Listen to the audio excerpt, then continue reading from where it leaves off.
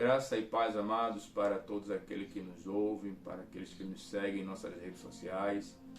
Quero agradecer a Deus por mais uma oportunidade que Ele nos tem dado de estarmos juntos aqui neste canal para adorarmos e engrandecermos o nosso grande Deus.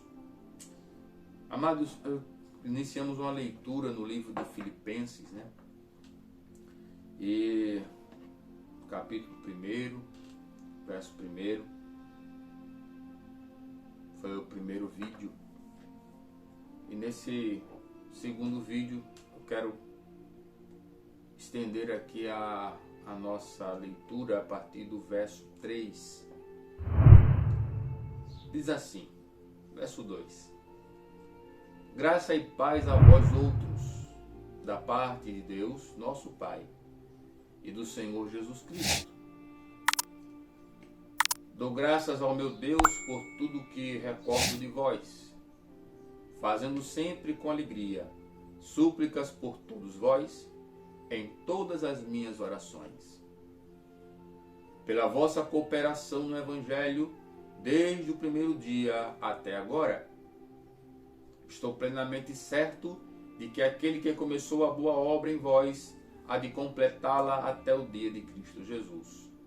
Aliás, é justo que eu assim pense de todos vós, porque vos trago no coração, seja nas minhas algemas, seja na defesa e confirmação do Evangelho, pois a minha testemunha é Deus da saudade que tenho de todos vós na eterna misericórdia de Jesus Cristo. E também faço esta oração, que o vosso amor aumente mais e mais em pleno conhecimento e toda percepção, para aprovardes as coisas excelentes e serdes sinceros e inculpáveis para o dia de Cristo. Amém, amados? Verso 11, para concluir, ele diz: cheio do fruto de justiça, na qual é mediante Jesus Cristo, para a glória e louvor de Deus. Cheios do fruto de justiça, o qual é mediante Jesus Cristo, para a glória e louvor de Deus. Amados, eu sempre tenho essa preocupação, aprendi cedo, de ver as entrelinhas, de me preocupar com aquilo que, de certa forma, passa desapercebido. Nessa leitura extensa aqui, do verso 2 ao 10, temos algumas coisas que precisamos esmiuçar melhor. Paulo ele está agradecendo a igreja de Filipe pelo fato da forma como eles, até aquela presente data, estavam a tratar a vida de Paulo. Ele diz: dou graças ao meu Deus por tudo que recordo de vós, fazendo sempre com alegria súplicas por todos vós, em todas as minhas orações. E ele diz o motivo no verso 5: pela vossa cooperação no Evangelho, desde o primeiro dia até agora. Para quem nos acompanhou no primeiro vídeo, sabe que a igreja de Filipe ela foi fundada em torno de 50 a 52 depois de Cristo. Essa carta, quando ela foi feita, amados, foi no ano 60 a 62. Isso dá um espaço de 10 anos aproximadamente entre a primeira visita de Paulo, a fundação da igreja na Macedônia, ali em Filipe, e a sua carta. A carta aos Filipenses, ela é conhecida no meio teológico como a carta da alegria, pelo fato de haver Paulo escrito 16 vezes esta palavra: alegrai-vos, alegrai-vos, mais uma vez vos digo, alegrai-vos. Então, ela é considerada assim, pela alegria com que Paulo se recordava dessa igreja, por aquilo que essa igreja movia o sentimento de Paulo, o novo sentimento de Paulo.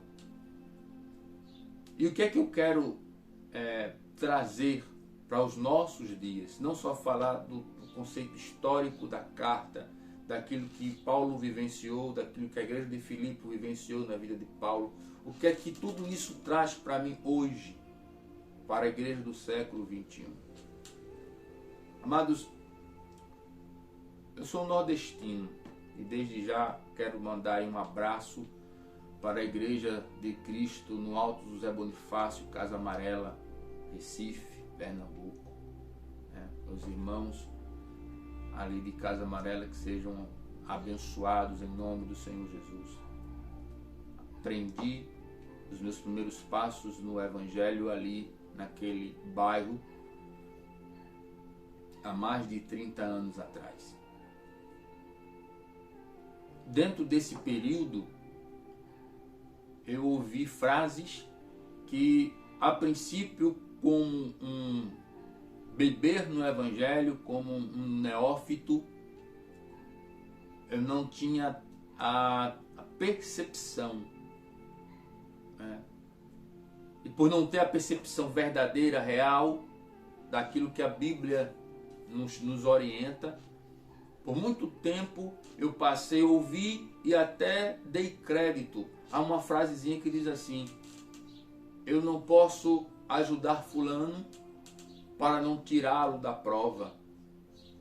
Eu não posso fazer isso ou aquilo com o cicrano porque foi Deus que colocou ele naquela condição. Eu ouvi muito isso e talvez você que esteja me ouvindo também já tenha ouvido. Mas hoje eu quero dizer para você que esta frase não é bíblica. Esse conceito não é bíblico, é diabólico. Por muito tempo, muitos pregaram e ainda hoje pregam um conceito que não é de Deus. E Paulo fala sobre isso aqui nesta carta. Ele agradece a Deus pela forma como a igreja de Filipe estava tratando a vida dele. Eu não estou falando aqui de uma situação rápida. Paulo ganhou a igreja de Filipe, fundou a igreja de Filipe, e aí aquela igreja passou a ajudar Paulo por um determinado tempo curto ali. Não, estou falando aqui, amado, num espaço aproximado de 10 a 11 anos.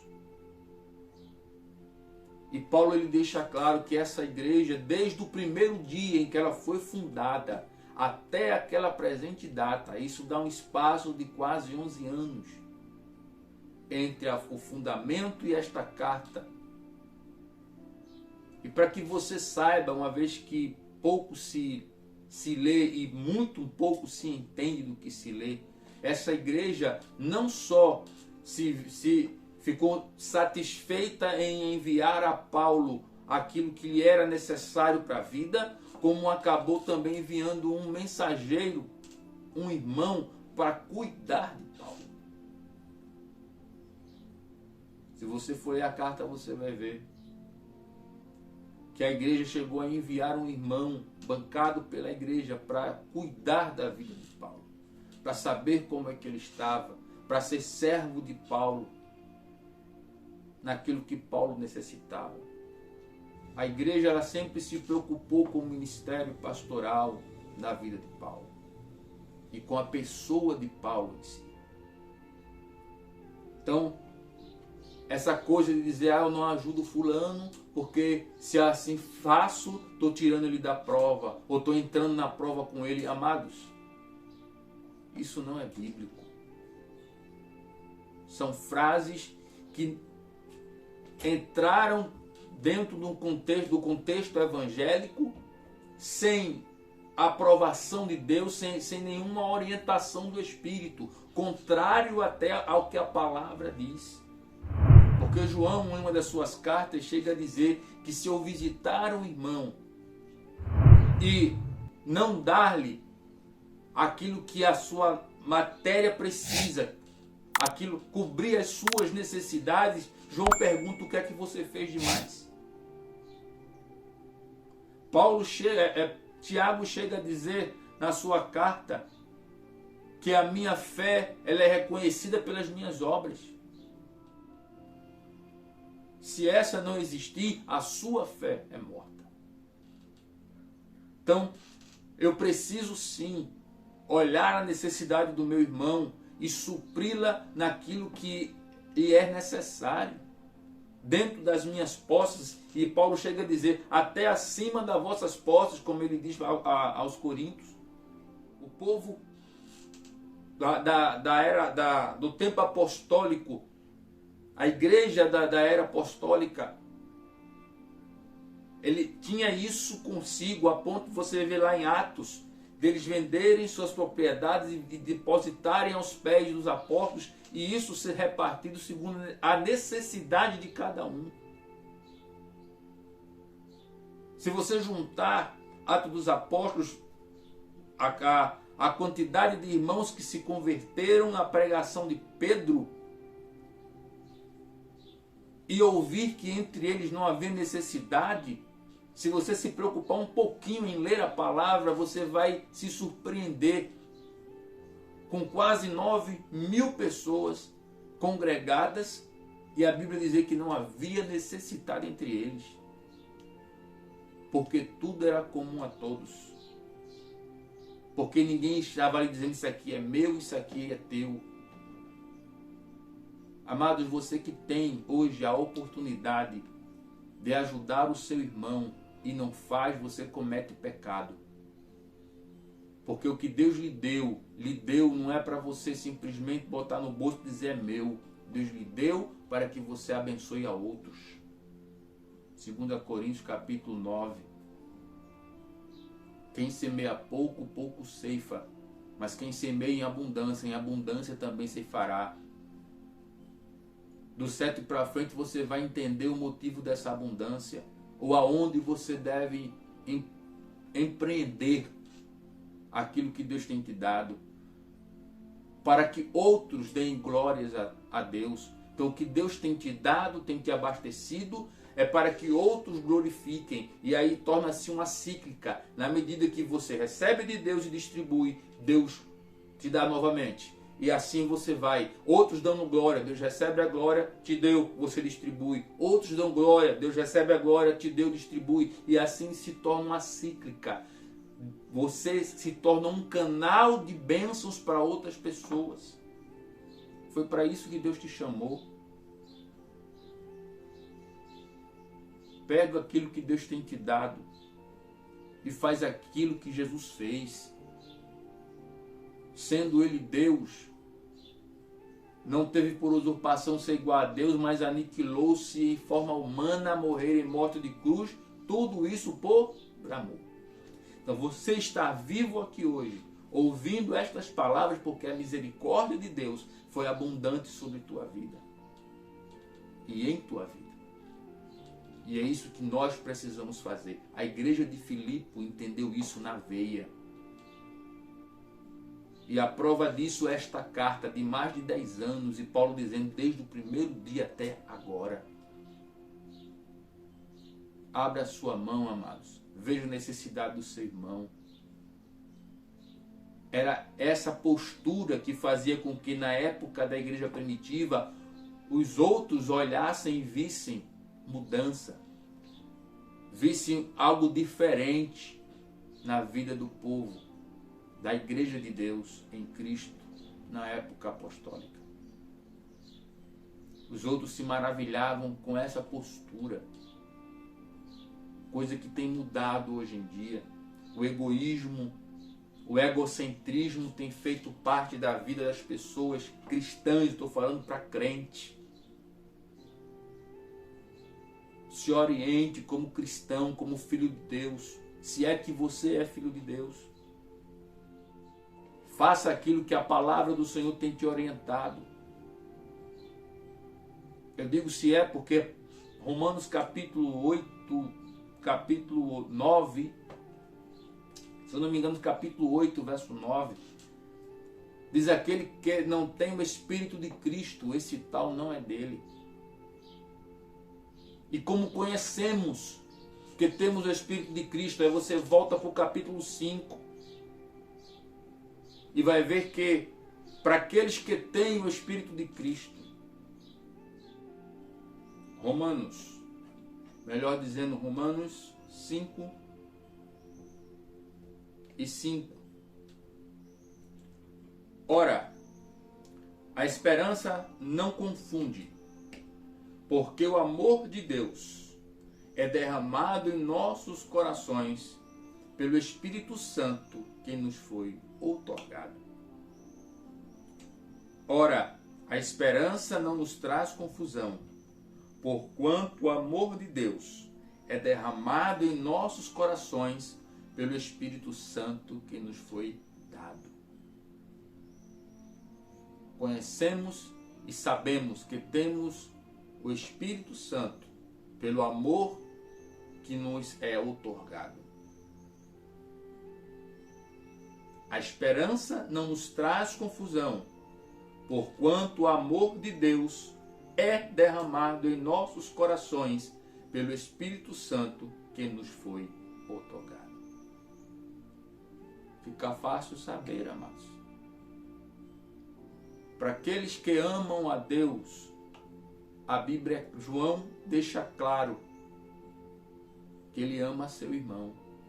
E como eu posso dizer que amo a alguém se eu não sou sensibilizado com a dor desse alguém? Eu preciso entender isso. Não dá para dizer que tenho a Deus em mim, que sou templo e morada do Espírito Santo, vendo a necessidade do meu irmão e lhe fecho a mão. Quem disse isso não sou eu. Quem diz isso é João, na sua primeira carta. Tiago, quando fala acerca da fé, que obra sem fé é morta em si mesma. Então precisamos ver as entrelinhas da palavra de Deus. Não ficar somente na folha da água, na superfície. Tem um mar à sua frente, mergulhe. Faça como Ezequiel. Mergulhe a ponto de ter que nadar. Não se conforme com água somente nos artelhos dos pés. Paulo, ele chega e diz, no verso 9, e também faço esta oração, que o vosso amor aumente mais e mais em pleno conhecimento e em toda percepção. Conhecimento de Deus. Para quê? Para provardes as coisas excelentes. Que possamos, amado, que possamos entender isso. Para não sermos jogados de um lado para o outro como peteca de Satanás, eu preciso ter conhecimento. Conhecimento de Deus através da sua palavra. Para não ser um menino na fé, constante. 2, 5, 10, 15 anos e tomando leite. Que vergonha. Paulo chega aos Coríntios, capítulo 3, e fala aos cristãos, nisso não vos louvo. Capítulo 11, nisso não vos louvo. Uma igreja que deveria ser mestre,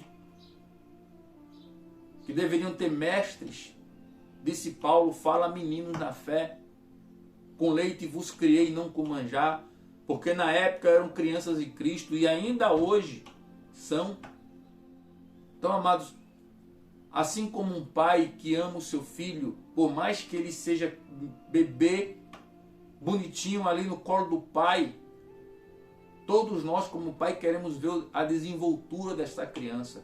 Queremos vê-la crescer saudável, mentalmente, fisicamente. e espiritualmente. Assim é Deus para conosco. No seu evangelho, Ele quer nos ver crescer ordeiramente como um corpo saudável. Busque a palavra, amados. Busque conhecer a Deus por intermédio da sua palavra. Se dedique a ela. Não fique somente, como já falei, na folha da água, mas mergulha neste evangelho. Te aprofunda nele. Abra a sua mente, não fique dentro da sua caixinha de sapato, achando que Deus, no achismo, achando que Deus é aquilo que você acha que é. Vamos pensar fora da caixa. Amém, igreja? Que você possa, em nome de Jesus, assimilar o que falamos até agora. Que você possa, como a igreja de Filipe, abrir mão dos seus bens, abençoando o ministério de outras pessoas, do teu pastor, abençoando os teus irmãos naquilo que lhes faltam.